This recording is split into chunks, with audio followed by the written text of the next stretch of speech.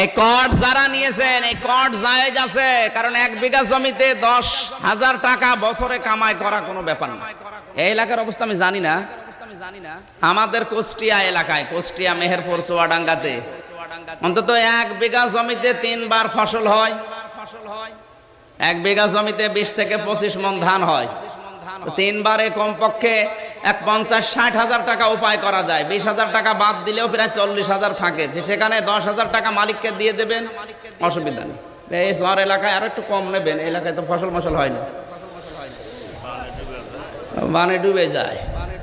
3 নম্বরে কি, আমি এনার কাছে 1 বিঘা জমি নিলাম, 10,000 টাকা ওনার কাছে দিয়ে দিলাম, ওই টাকা আর ফেরত দেওয়া লাগবে না, ওই খেয়ে দিয়ে শোধ, ওটারে বলে খাই খালাসি। এদিকে কি, হ্যাঁ ঠিক আছে, এটা জায়েজ আছে।